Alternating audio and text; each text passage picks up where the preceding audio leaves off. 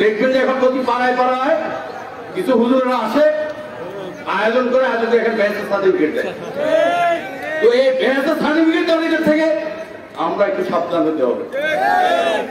শহীদ রাষ্ট্রপতি জিয়া রহমানের নাম নিলে প্রতিদিন ব্যাচ নিশ্চিত আমি বিশ্বাস করি, কারণ উনি দেশের জনগণের সাথে হটকারিতা করেন নাই, দেশের জনগণের সাথে প্রতারণা করেন নাই, দেশের মাটির সাথে উনি প্রতারণা করেন, দেশের জনগণকে মুক্তির জন্য যুদ্ধ করেছেন, দেশ পুনর্গঠন করেছেন, পুনর্নির্মাণ করেছেন, দেশকে অর্থনৈতিকভাবে স্বাবলম্বী করেছেন। সুতরাং ওনার নাম যোগলে বরং ব্যস্ত যেতে পারে। আর যারা ব্যস্তের সার্টিফিকেট দেয় এদের থেকে একটু সাবধান থাকবেন। আমরা সবাই মুসলমান পাঞ্জাবি নামাজ পড়া করি,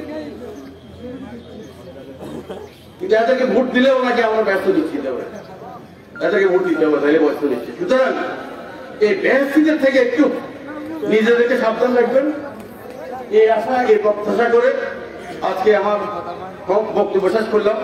বাংলাদেশ জিন্দাবাদ, বাংলাদেশ জাতীয়তাবাদী দল জিন্দাবাদ, শহীদ রাষ্ট্রপতি মোবারক, দেশমাতা খালেদা জিয়া জিন্দাবাদ। আজকের উপস্থিতি আপনাদের সকলকে ধন্যবাদ।